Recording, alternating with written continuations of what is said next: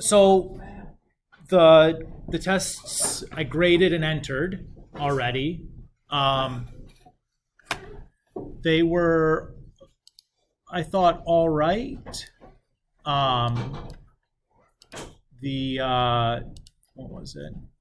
The median score is like an 85, which is I think pretty in line with the traditional course. Now, obviously, some of us probably didn't do as well as we liked. Um, Keep in mind that we have that option for the end of the semester. You can take the doubled high test score, or you can do a chapter test retake with the max score capped at 85. So that's certainly an option. I would also encourage you guys that if you had a hard time with the test, or we felt a little underprepared going into the test or whatever, keep in mind a couple of things.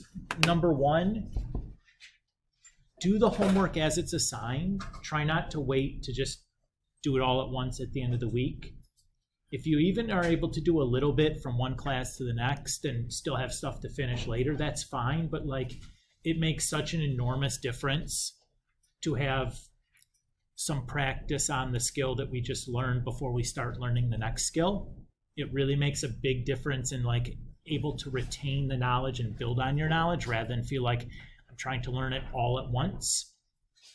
And as you're doing these homeworks, please make sure you're checking your odds in the back of the book. And if you're not able to get the correct solution, those are things that you should ask about, right? Doing the homework, the doing of the homework is only half of the game, right? Getting some feedback on what you've done and whether you're doing things correctly or not is really, really important piece of that. So as you're doing your homeworks, make sure that you're checking your odds. If you don't understand where that answer is coming from, or you can't get that same answer yourself, that's one to certainly, make a note of and come and, ask about it the next day in class when we take questions from homeworks. And then, again, in general, I would say let's try to be a little bit more proactive in kind of communicating our level of understanding. It seemed like it got to Sunday at about 10 o'clock and all of a sudden everybody realized they didn't understand anything. I would tend to think that if we had been doing stuff as it was assigned during the course of the week, that realization would have come quite a bit earlier and would have been more options for both you and I to address that kind of an issue.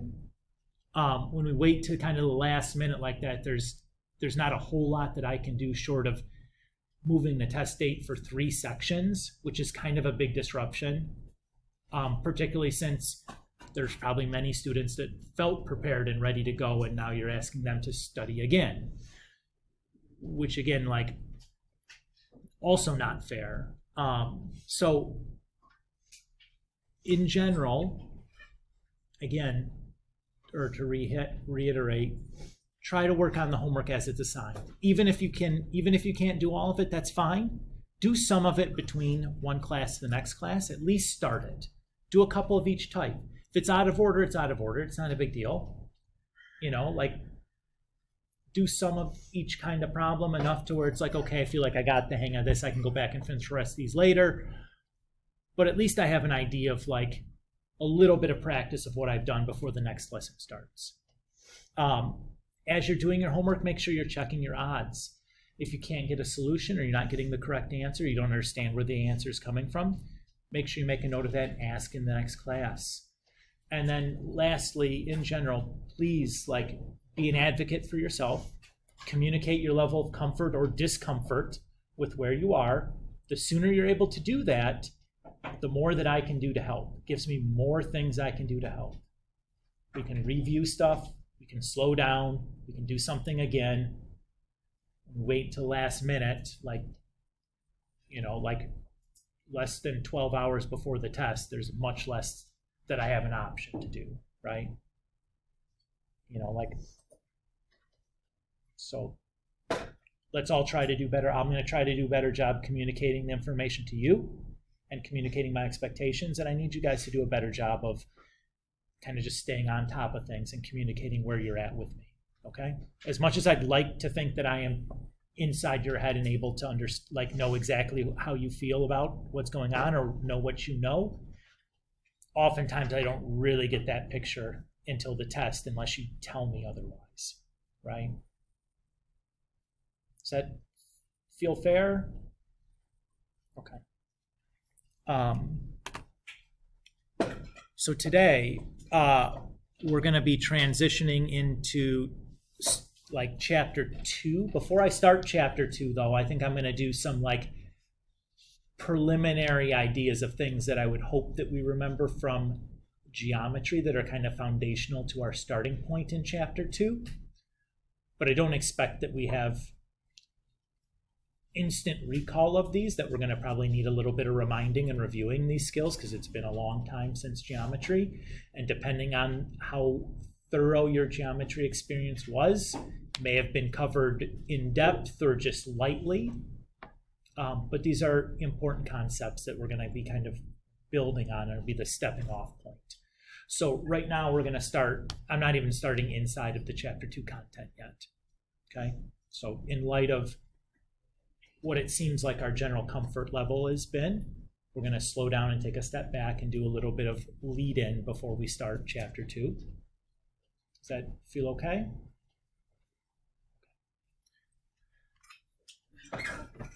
All right.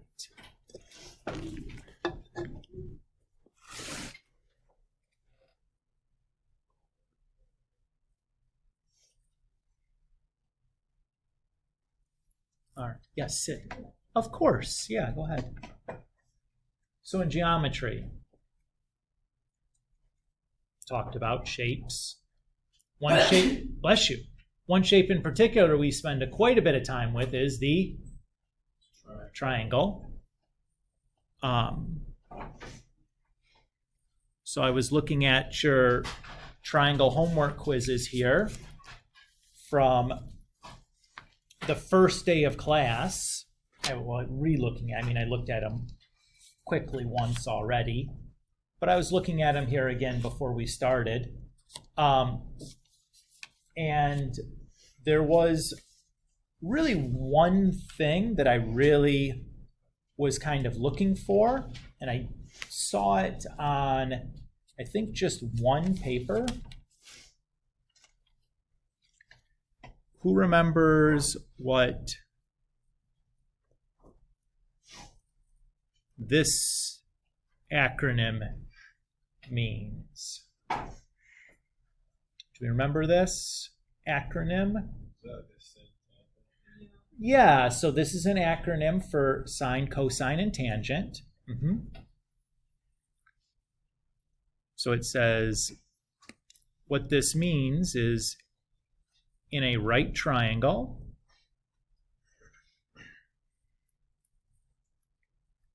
with acute angle theta, I'm going to use the Greek letter theta to represent the angle in this triangle. In trigonometry, often we're going to use the Greek letters to name our angles and use our Roman letters, our standard alphabet letters, to name side lengths, just as a convention, although that's not always the case.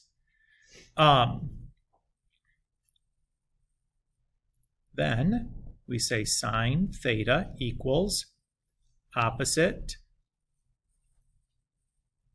over hypotenuse.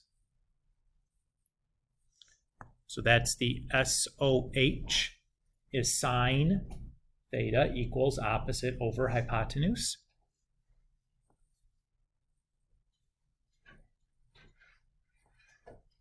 Cosine theta equals adjacent over hypotenuse.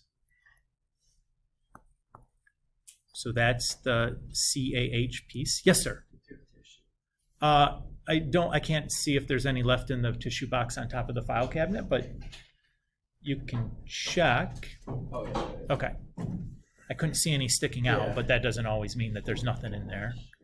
And you took a lot. No, yeah, I had a lot. Okay, no problem.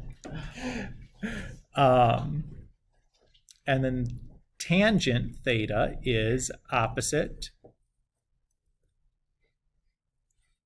over hypotenuse.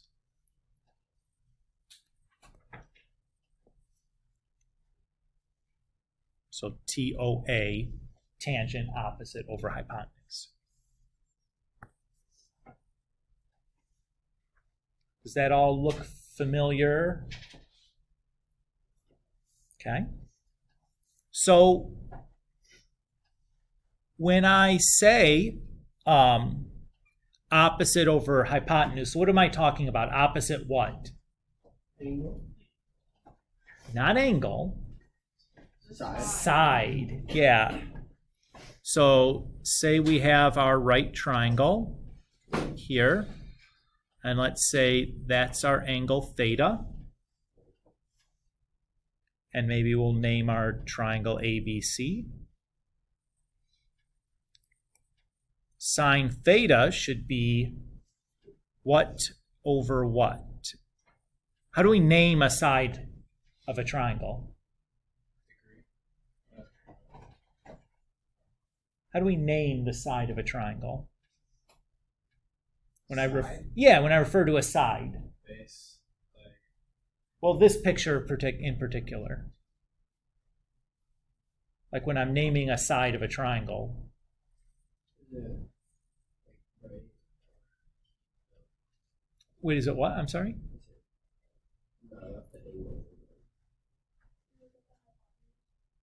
Okay, but how would what side is the hypotenuse? TPC. Great. So I use two letters to represent the side of a triangle, right? So Ava's saying that the side AB is the hypotenuse. How can you tell that, Ava? It's the longest side. Or you could think about it as the side that's opposite, that is across from the right angle. Everybody's okay with that?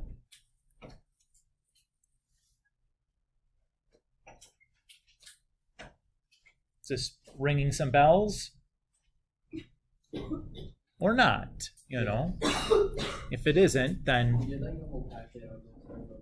yeah. We made like a cheat sheet for it. Yeah, we're just going through it again.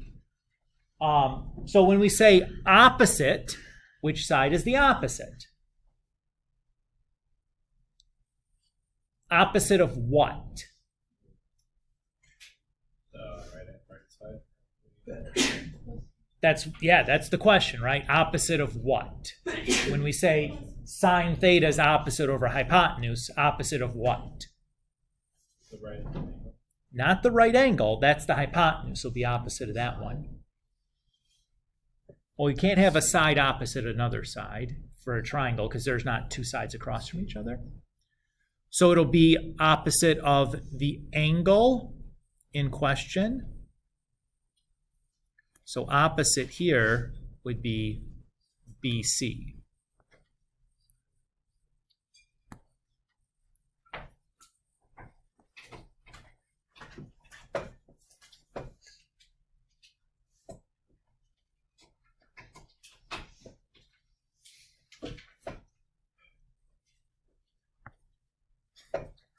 Let me draw another triangle and let's try another one. Okay?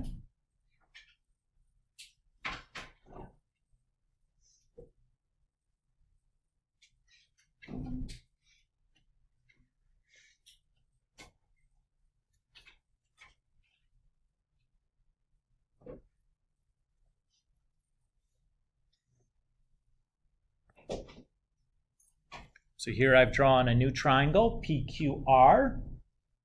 Again, we name triangles with 3 letters. And the letters we use are the names for their vertices or the names for their angles. Remember when I say vertex, that's the point where 2 segments intersect, right?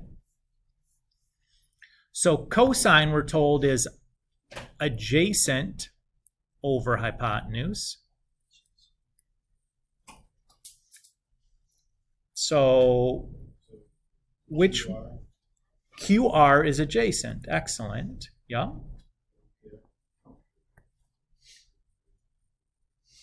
So that's the adjacent side. Now, could I also have written RQ? Yeah. Sure, right? The name of the segment reads both ways. And then you said that PR is the hypotenuse. That's good.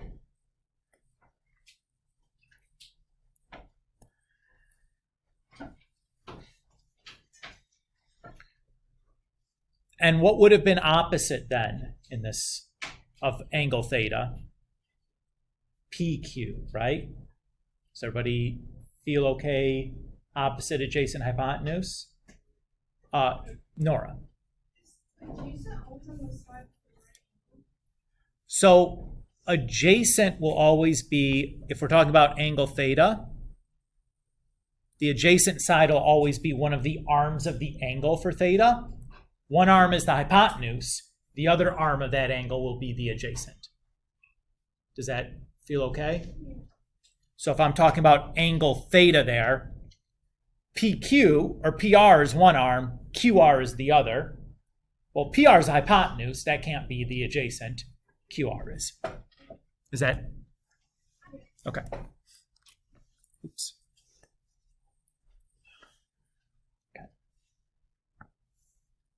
So now time for the hard question. Why does this sine, cosine, tangent thing work? Right? It works. We learned this. Why does this work?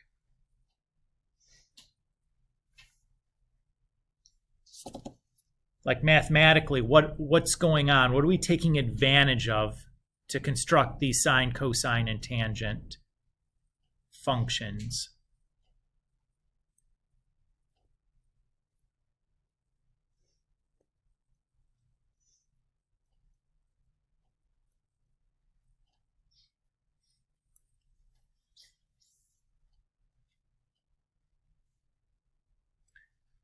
Okay, so the answer is another geometry thing that we remember, or maybe not, but we did, called similarity.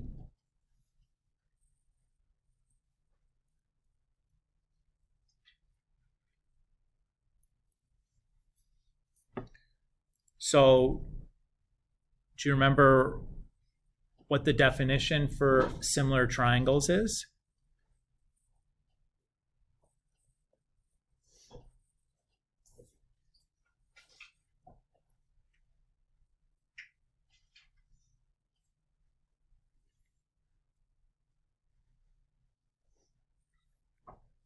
We say two triangles are similar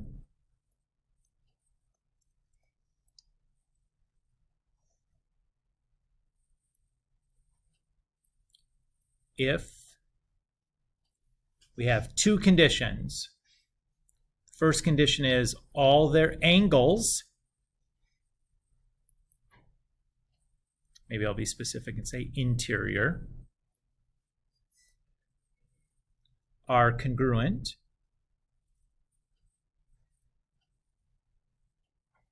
And remind me again, we use this word congruent here all of a sudden. What does congruent mean in geometry?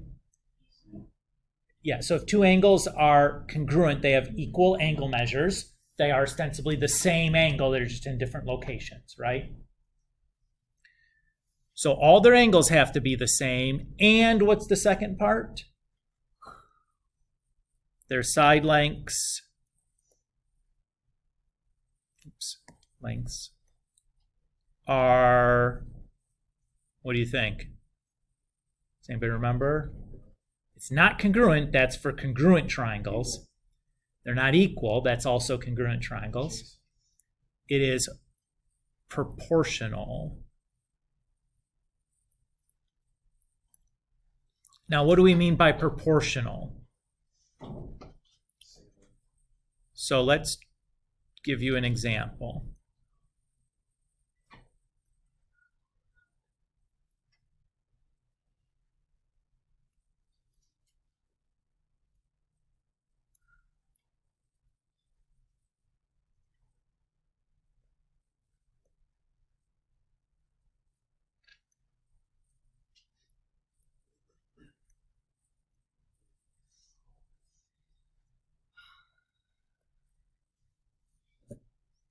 So let's say that we have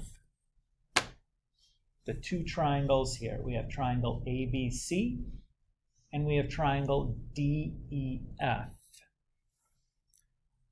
What does this symbol mean when I do this inside of an angle?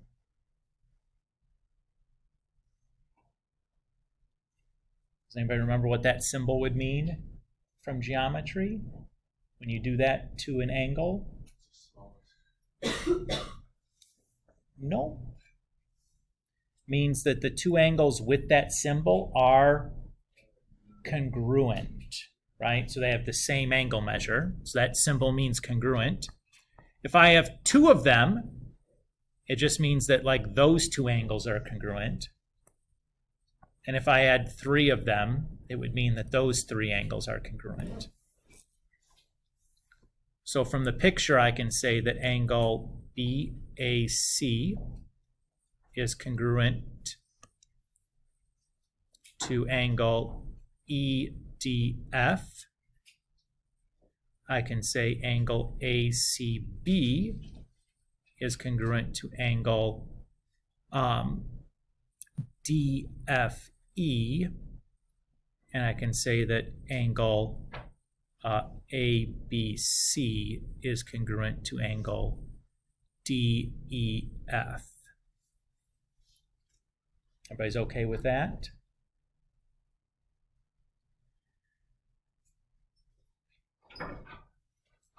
So this is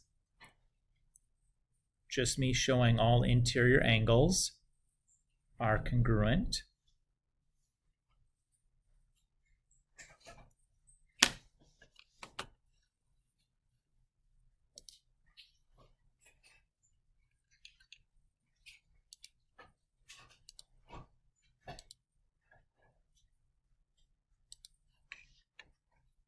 So far, so good. And you remember that equal sign with the squiggly on top means congruent, right? Okay. Now, what does it mean for all side lengths proportional?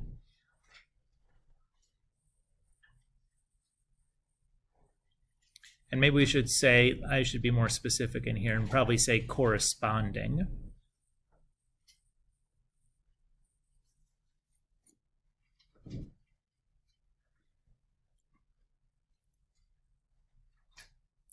So, which side in triangle DEF should correspond to side length AB in triangle ABC? Which side of DEF corresponds to side AB in triangle ABC? Colin? It is DE. And I can tell that because this is in between the blue and the pink. So the one that's in between the blue and the pink is the corresponding one. Is everybody okay with that? So if these are proportional, I should be able to write DE over AB. And that should be equal to, well, what side length is corresponding to BC? EF. Okay, so I should be able to say EF over BC.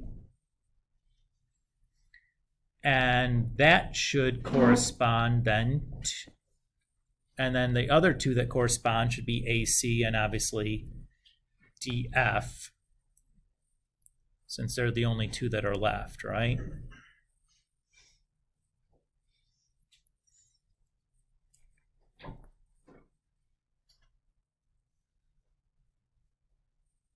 So notice that the numerator of these fractions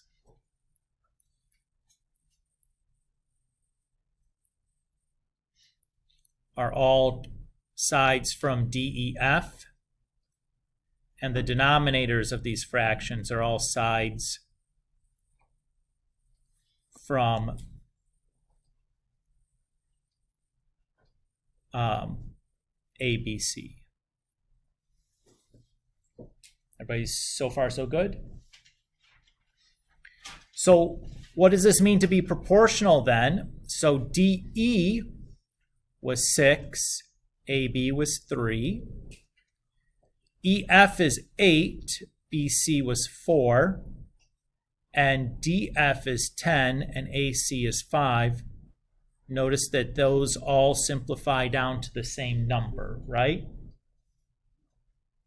That's what it means to be proportional. That if I take a ratio of corresponding side lengths, they should be the same. Is this the only way I can demonstrate proportionality, though? No, right? If I did like AB over BC, that should be the same thing as DE over EF. So again, remember, AB was 3, BC was 4, DE was 6, and EF was 8. Wait a minute, is 3 over 4 equal to 6 over 8? Be careful.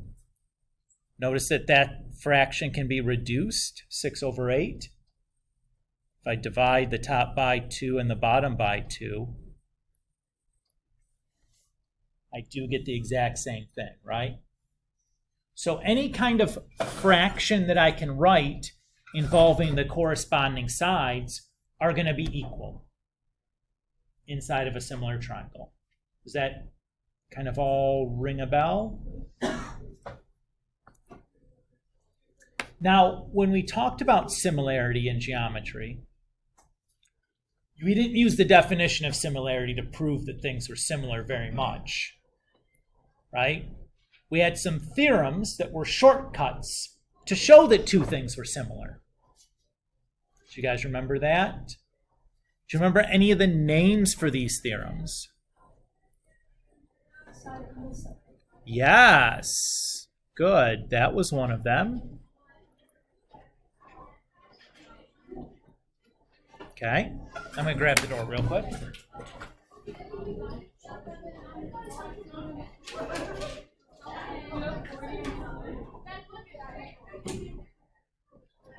Okay. What else? Side, side, side. Good. There's a bunch more. Side, side angle is not one. And you know how it's the easy way to remember this? So if you read it in the reverse order, what word does it make? There's no swearing in class. So that one doesn't actually work, and what actually becomes a angle side. And we'll talk more about this one later on this year, because it turns out that is a problem for us in certain situations. Okay, angle side. This one actually, again, is not one, because it turns out you don't even need the side. You can just have angle. Angle side is a congruence theorem, but for similarity, it turns out you don't even need the side. Two angles will be enough.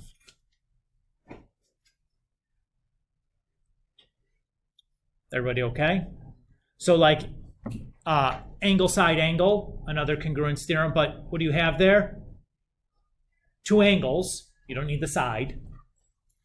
And then angle doesn't matter, right? It's not because with two angles is enough. It's actually this one that is oops, where did that go? Is like the engine of sine, cosine, tangent.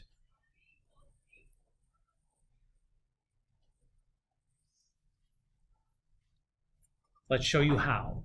Yes?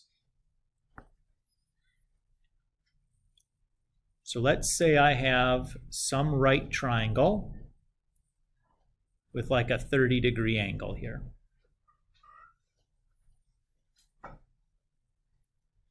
Any other right triangle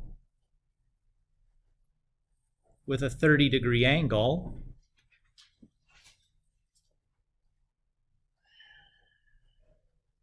has to be similar to this one because of angle, right? That's our symbol for similar, by the way, is that little squiggle.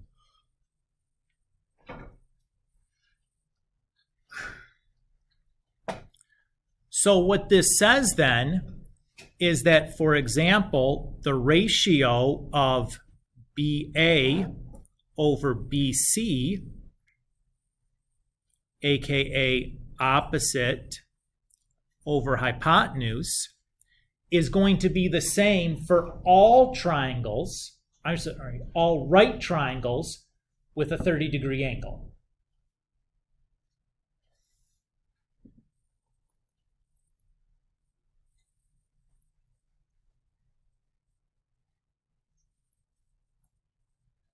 Oops, I did it again. I didn't say right. Right.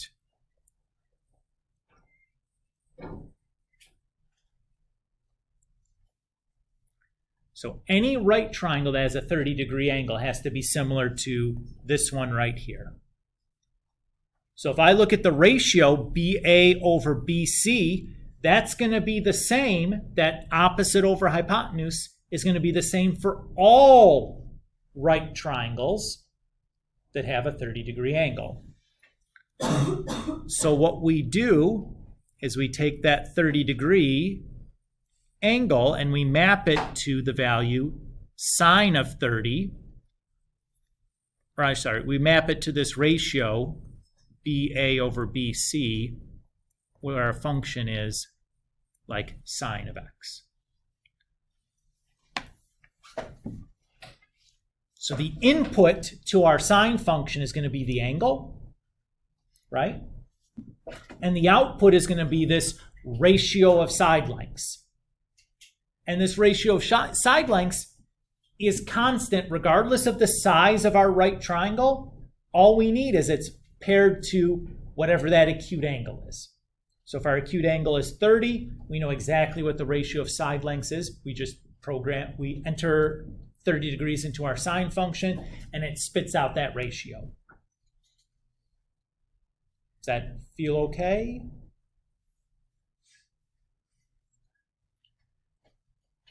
All right, so let's do some examples of using sine, cosine, and tangent to do some problems, like what you would have done in your geometry class.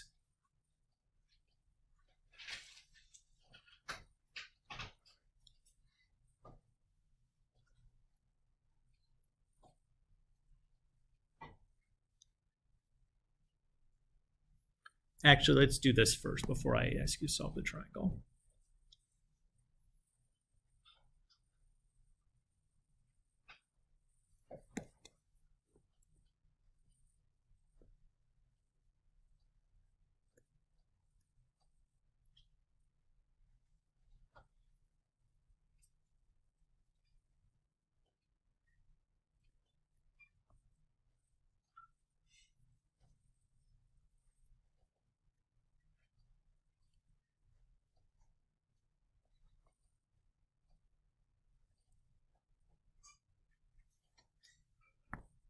So let's say I ask you to use this triangle to evaluate tan of C.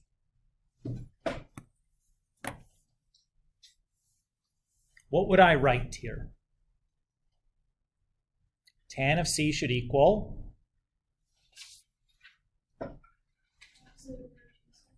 excellent, opposite over adjacent. So the opposite in this case is AB, or 4. And the adjacent in this case is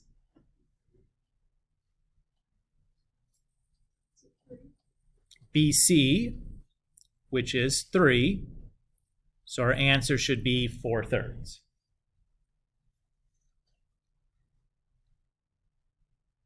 Does that feel okay? So far, so good?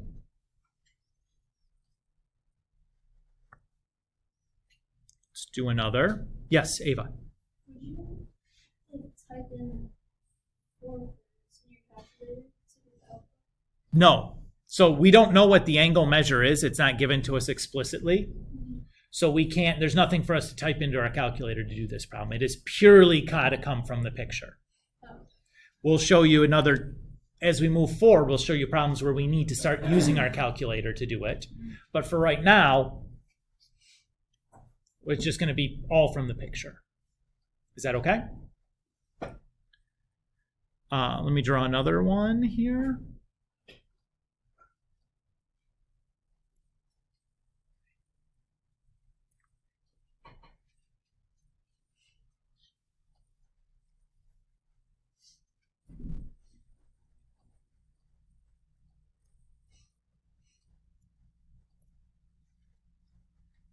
Oh, guess what? Hey guys, when we did A, we're all wrong. What's wrong with A? Why is it wrong with what we did with A? I didn't do this on purpose, but I just see it.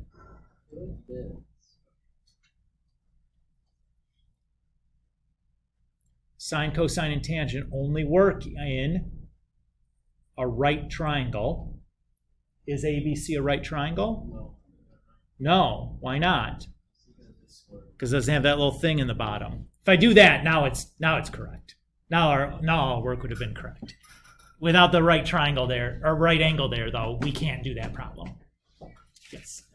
Of course. I didn't do that on purpose. I meant for the right triangle to be there, but I caught it when I drew my other picture and almost forgot it again. I was like, oh, did we do it for the other one? Yeah, I sure did. Shame on everybody for not calling me on that. It's like, you can't do it. All right, anyways.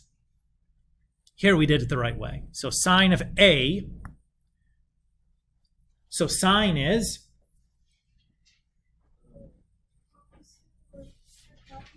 Excellent. Opposite over hypotenuse. And in this triangle, which side is the opposite of angle A?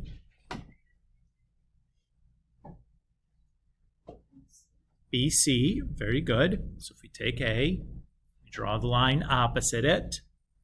That's BC. And the hypotenuse is?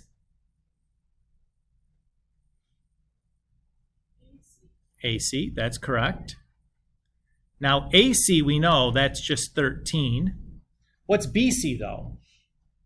Would it be 5? It's not 5. Do we know what it is? No, right? It's a mystery right now. But could we find it? Yes. What would I need to do to find BC?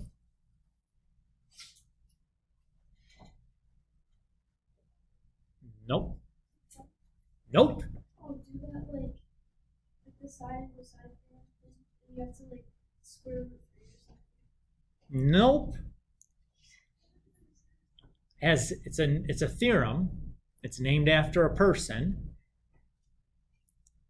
It's probably the first theorem you ever learned. Probably happened in like algebra or pre-algebra. Starts with the letter P. Pythagorean theorem. Yes, that's the word you're searching for. A squared but plus B squared equals C squared. So in a right triangle, the sum of the legs squared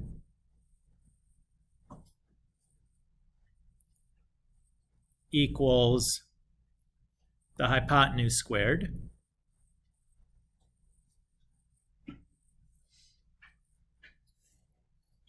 aka A squared plus B squared equals C squared, where C has to be the hypotenuse.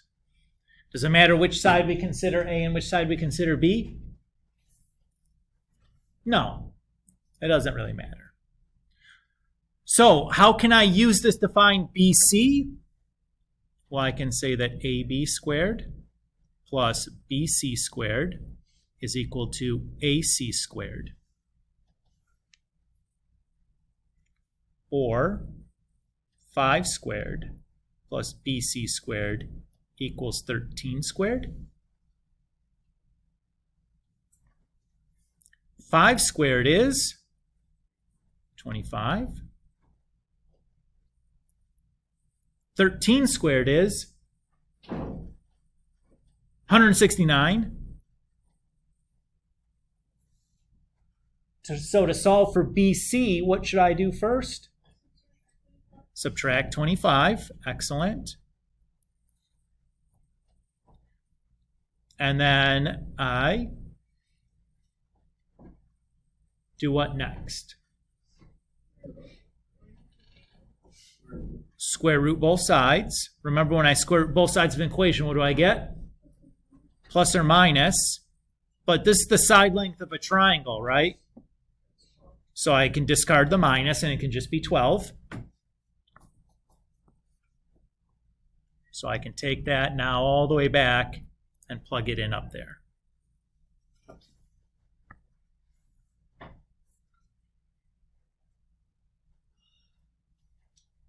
Can I ask a common mistake question?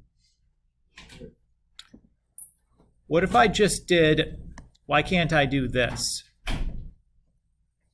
And just say 5 plus BC equals 13.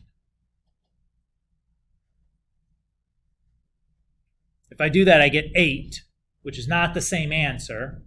But why can't I do that? What? Square root of 169 is just 13. Yeah. So here's the issue. Would you not be able to subtract?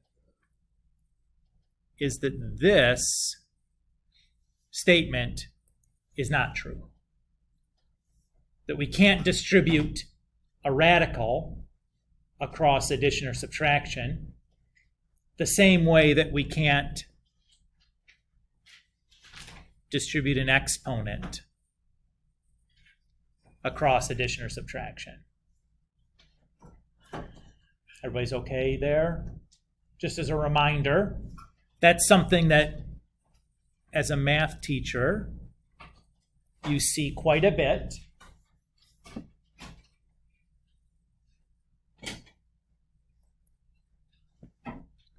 So try not to make that mistake, as I'm taking a moment to point it out to you and saying that not only can you not do it here, you never get to do that. That's never something that's okay to do, is to just like piecemeal square root things. Even if you're doing it to both sides, you can't do individual things. You have to do the entire side. So you can say this, but that doesn't help you any because you can't square root the individual things.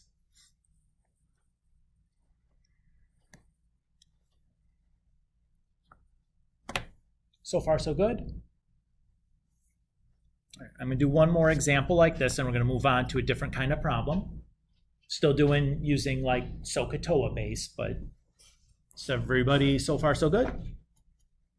Not too bad?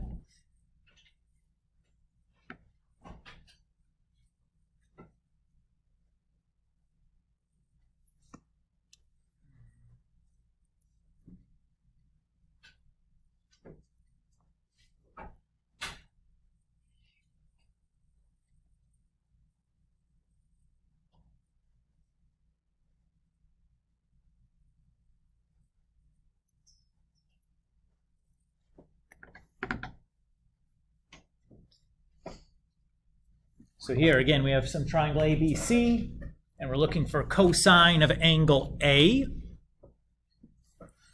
What's the ratio for cosine?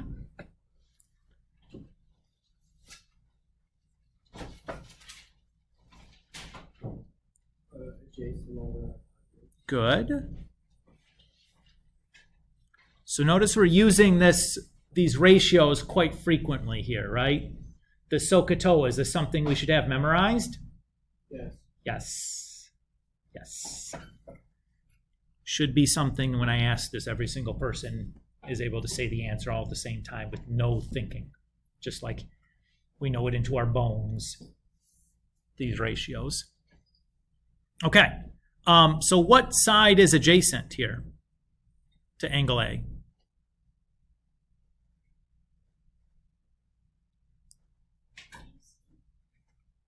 Is which one? BC is the opposite of angle A, right? AC is the hypotenuse. That's the longest side. I can tell because it's opposite. Yeah, it is AB. Is everybody okay there? Okay. And again, we've run into the same problem, correct? Oh, you know what, guys? Can I change this problem just real quick? I want to move the 12. I want the 12 to be here. Is that okay? Mm-hmm. You don't mind, right? It's like, whatever, Mr. Kulik. Okay.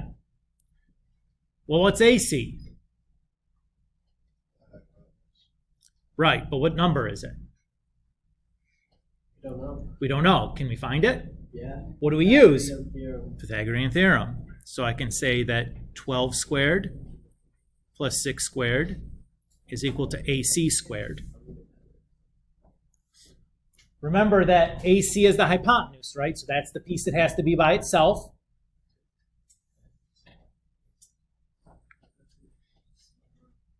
Twelve squared is 144. 6 squared is 36.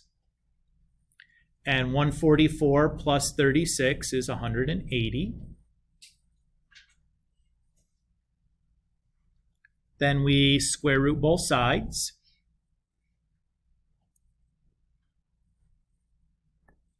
What's the square root of 180?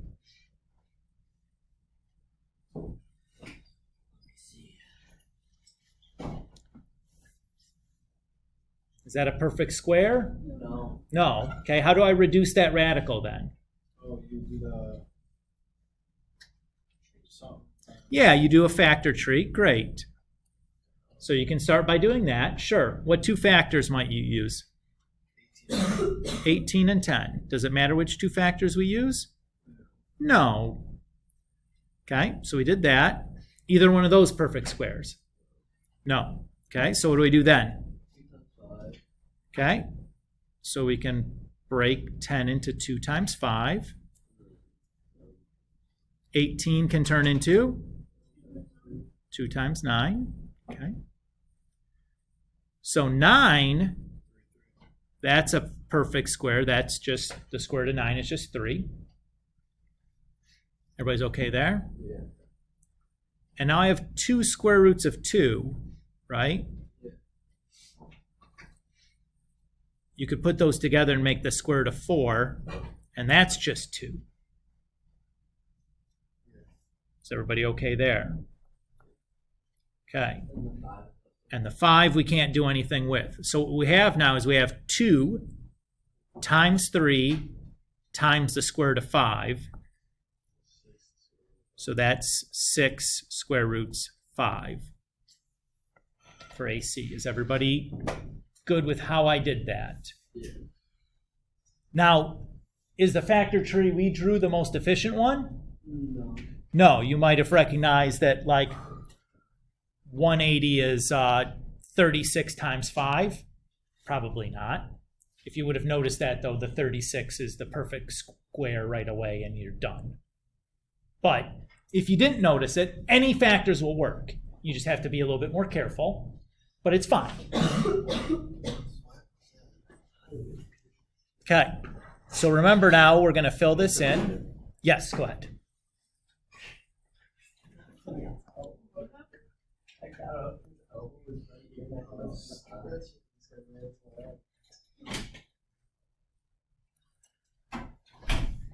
Now, so my answer is 12 over 6 square root 5. Is that the way I'm going to leave my final answer? No, not No, why not? the 12 and the 6. Okay, the 12 and the 6 can reduce, right? Over square root.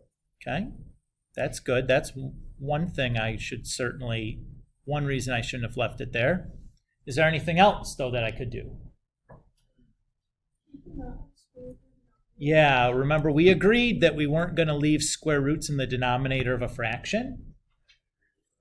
I know you didn't, but like as a mathematics community, we agreed that that was something we weren't going to do. Although you go far enough and we discard that rule, nobody cares anymore. But because it just, stuff is, it's worse sometimes. You know, if I have 1 plus the square root of 2 plus the square root of 5 in the denominator, to get rid of those radicals is like just a nightmare. And we just say the heck with it. Just leave it, it's fine. But it has to, you have to go far enough. This is not hard to deal with. Do you remember how we do this? Times square root of 5 square root. Yeah, we multiply the top and bottom by square root 5. And it's okay to do that because when I multiply by square root 5 over square root 5, it's really the same as just multiplying by 1. And that doesn't change anything, right? So it's just going to look different, but it's going to have the same like numerical value. Does everybody feel okay doing this? It's not so bad, right? Okay.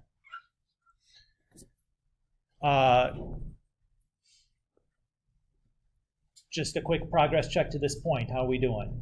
Does this feel comfortable? Pace is okay. We're not going too fast. The explanations are good. You understand like what we're doing and why we're doing it, how it kind of all fit together. Okay. If not, like, please tell me. But if you don't say anything, I just assume everything's going fine. Can I give you that? Of course. All right. So new example or type of example.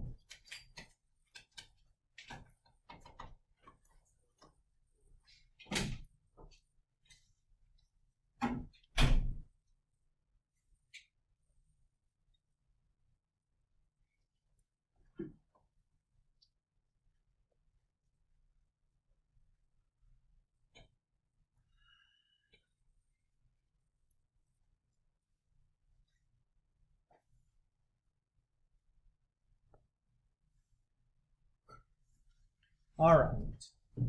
So the direction here says solve the triangle. Do you remember what that direction means when we say solve the triangle?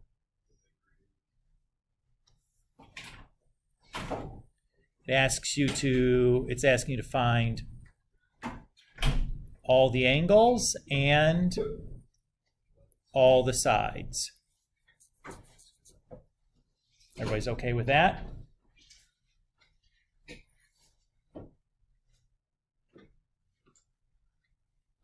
Nora? Certainly. Okay. So here it doesn't really matter which we start first, a side or an angle. We can find whatever part we want to find first in this situation. What looks like the easiest one to find? Angle C? Great, I agree. How do I find angle C? It's 90 plus 36. Well, no, and then you do 180 minus that. Okay. So Blaine says 180 minus 90 plus 36. Everybody agree? What's even easier, though, is if I just do 90 minus 36. That's the corollary to the triangle sum theorem. That's what you used here without naming it, which is fine. Don't need to name it. This is the corollary to the triangle sum theorem that just says for a right triangle, the other acute angle is, 90 minus the one you know. So either way of thinking about it is fine. In either case, we get 54, right?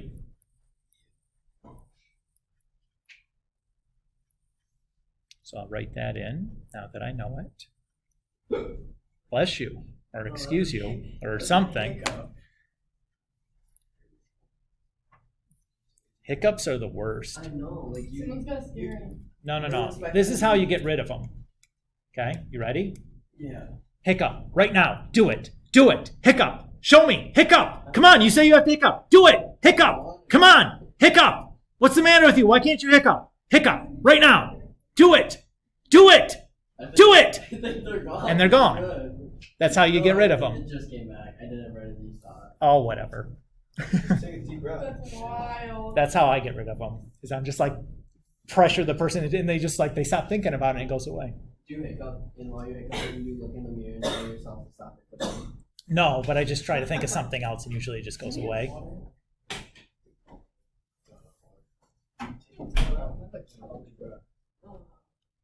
All right. So we found angle C, right? What else do we still need to find though to solve this triangle? We still need side CB, Yeah. and we still need side AB. Okay? Let's decide which one we want to solve first. Which one would you like to find first? AB. AB. Great. Hold my breath. So I'm going to just call that X for the time being. To solve for AB, which angle would you like to use? A, B, or C? There's one bad answer. A, B, or C? Which one? Which angle would you like to use to solve for side X, A, B, or C? C is fine. What's the wrong answer? Any of the other ones? B. Can't use the 90-degree angle. Do it. Because the way we've defined sine, cosine, and tangent are on acute angles in a right triangle. Is 90 degrees acute? No, because acute is less than 90. Right is equal to exactly 90. It's not acute. All right. So relative to the 54, what is X? Is it opposite, adjacent, or hypotenuse?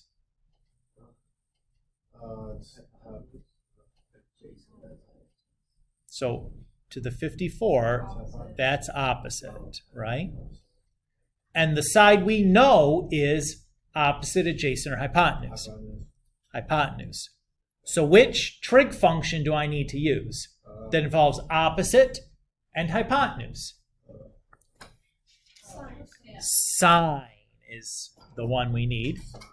So I'm going to say sine of 54 equals opposite over hypotenuse.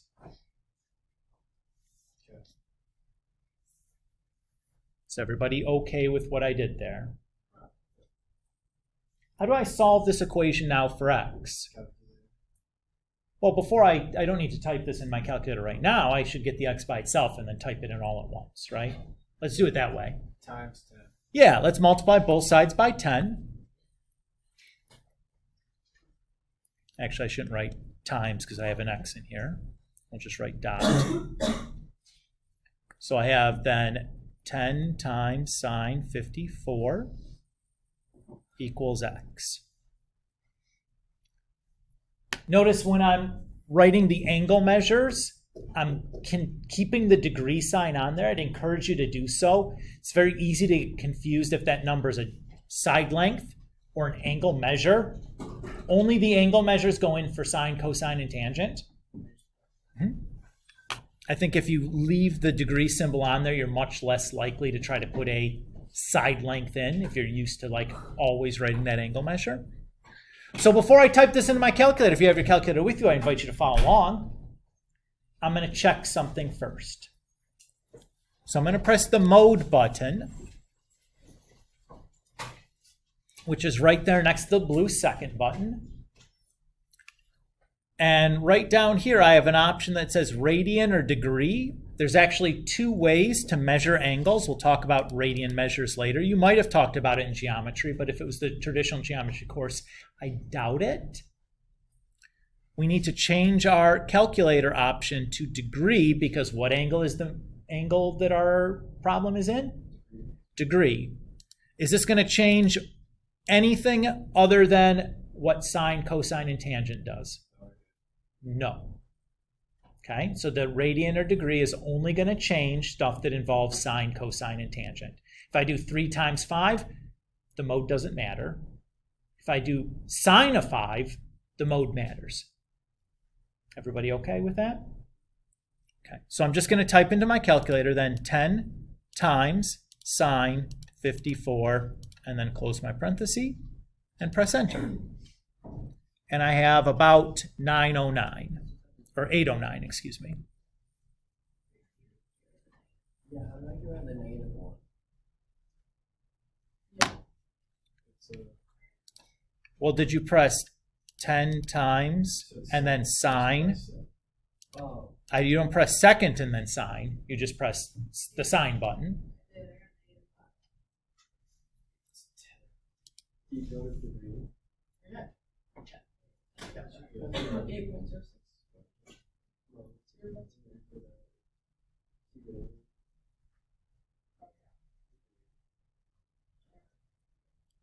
You're good now? Okay. Of course. Okay. Everybody feel all right? We have one more side to solve for. That is the side CB or BC, whichever one you want to call it. I'm going to use the letter Y to represent that. Which angle would you like to use to solve for Y? 36. 36. That's fine. Could you still use 54? Yeah, no problem. Can you use 90? No! Can never use the 90-degree angle. All right, relative to 36, the side we're interested in, those Y is opposite, adjacent, or hypotenuse.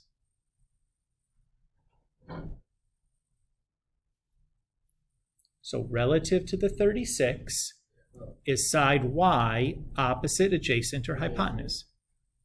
It is. That's opposite. Right? Because it's across from the 36. So if you use 54, it'd be adjacent. If you used 54, it would have been adjacent. Gotcha. Everybody okay? Now here we know two sides, right? I know the hypotenuse, but I also know that x is this like 809 thing, right? Everybody agree? Does it matter which side I use?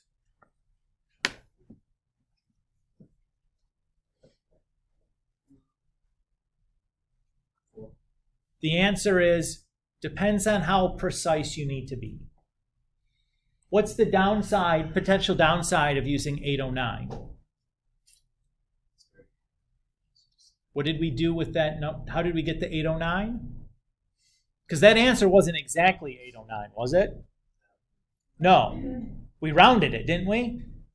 So if we use a rounded answer and then we have to round again, that's going to be less precise than if we just used an answer where we rounded once. Everybody agree with that? Now for this class, is that really going to make a difference? Almost certainly not. If you're going to try to land a rocket on the moon, would that make a difference? Most likely, because you're talking about like millions of miles, and if you're off by like 100th or 1,000th, all of a sudden you miss the moon entirely. We should try to land. Oops. We should do that. Let's see if they can.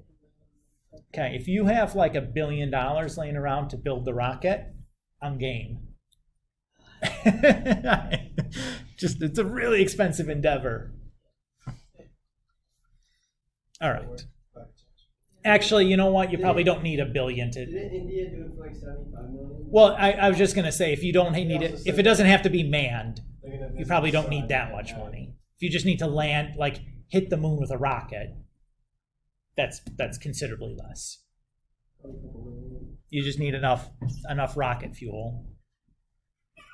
You know, like a big enough engine to get there. As a class, we probably want to do that. It's just all about you. All right. So I am going to use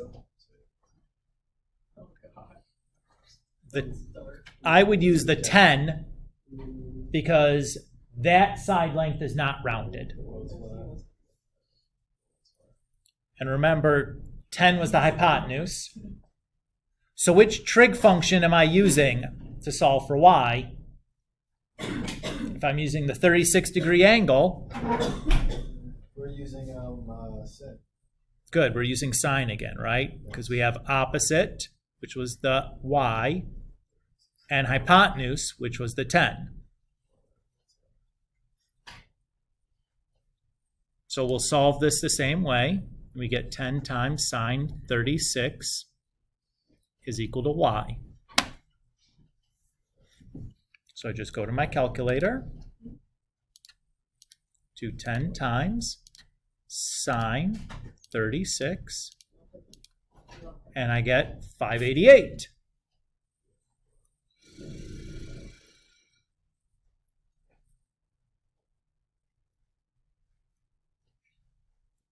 So those are my three answers, right?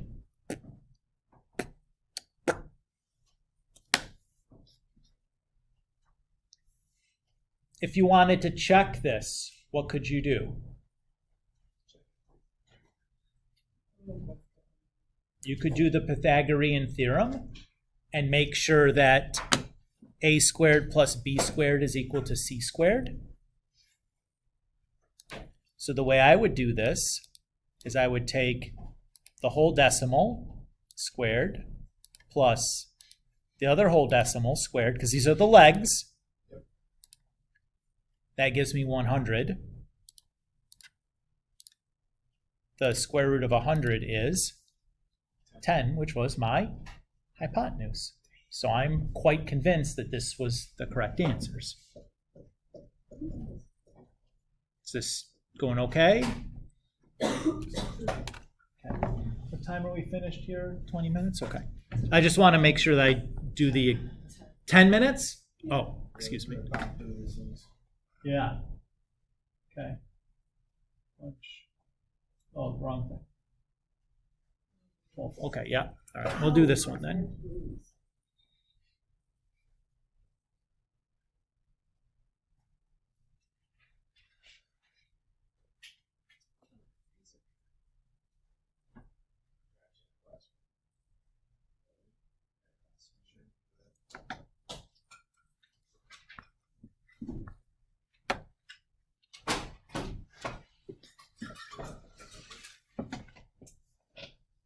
All right. So here we go. What do you notice that's different about this problem than the previous one? We got no angles. We got no angles. What do we got, though? 90. We got two sides instead, right? Instead of one side and one angle. Everybody cool? Side, All right. side. Which part is going to be the easiest part to find? The other side, right? Why? What am I going to do to find that side AC? What? No, I don't have an angle. It is the easiest one to find. Nora? Is that a hand or is you? No, okay. I couldn't tell if it's like a...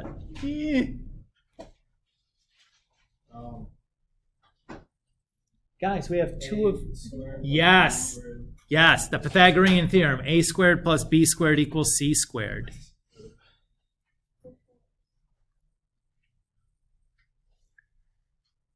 So 6 squared is 36. 7 squared is 49. So that's going to be 85 when we add those together. And the square root of 85 is... not a perfect square, right?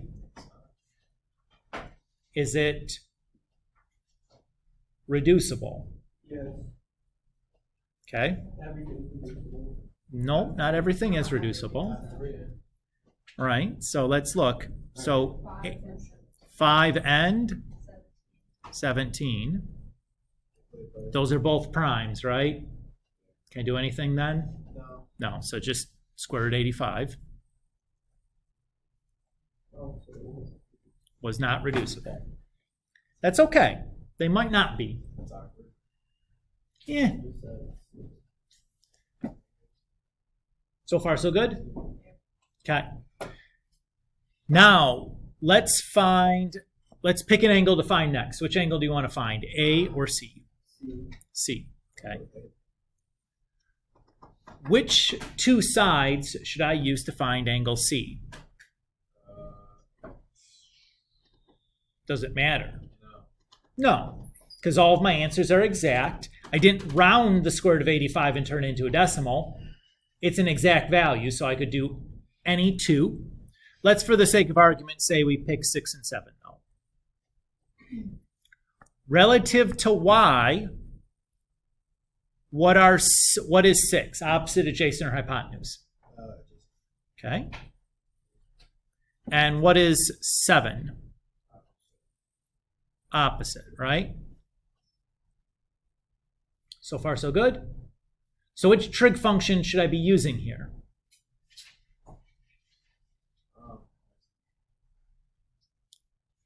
Adjacent and opposite.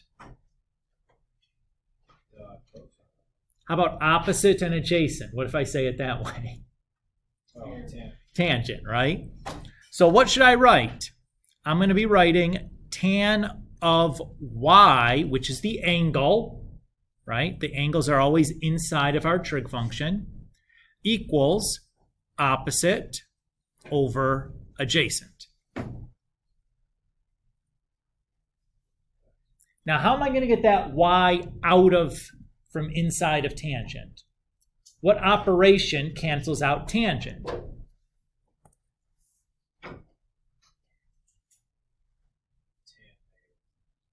Tan inverse. Yes. So that's what we'll do to both sides.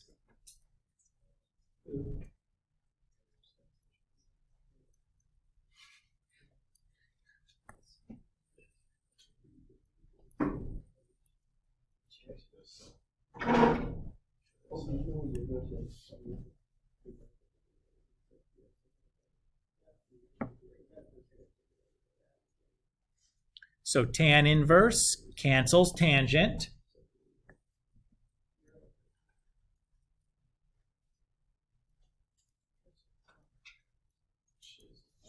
And we're left with y is equal to tan inverse of 7/6. It's a hard word to say. So how do I type that into my calculator then? Very good. So I press second and tan, and then do 7 divided by 6, and press enter.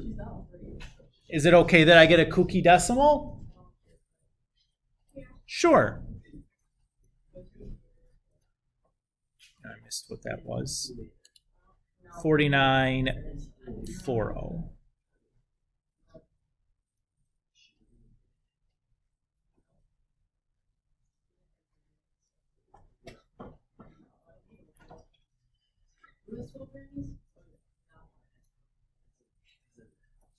Okay. So far, so good. Let's find now angle A. I'll call that Z. What's going to be the easiest way to find angle A?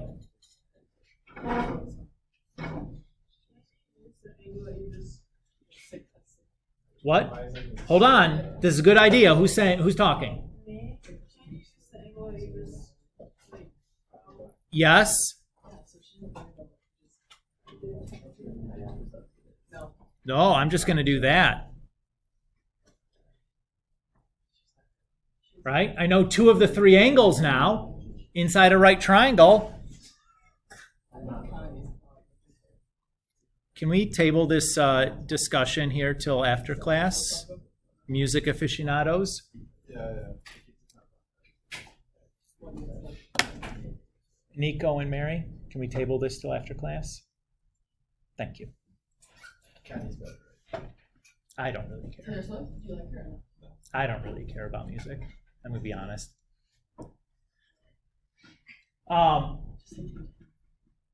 Oops, that's not right. I did the subtraction wrong. That should be 40.0 or 40.60. My apologies.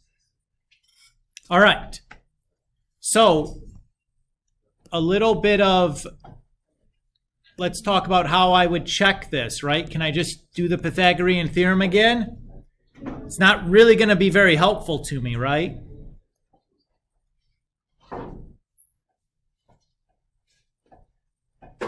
What I'm going to use as my replacement for my check is a theorem that I remember from geometry. and it tells me that the side lengths and angle measures in a triangle are proportional.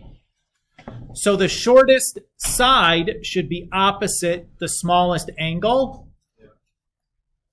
The middle side should be opposite the middle angle. And the biggest side should be opposite the biggest angle. So that is a decent check. Is that 100% foolproof? No, but it's pretty good. For this section, or for this like review section we're doing, the homework I'm going to ask you to do is going to be on the delta math. You're going to have time to our next class to work on it as well, so don't feel like you need to go and grind all the way through it tonight. But if you want to start so that you know that like you're confident you can finish inside of one class period, not have to take anything home to worry about over the weekend, I get ya. But that's the dealio. When you guys are packed up, you can head on out. Have a good day today. Thank you. You're welcome. So many more. Oh, yes, you remembered. Let me just stop this real quick.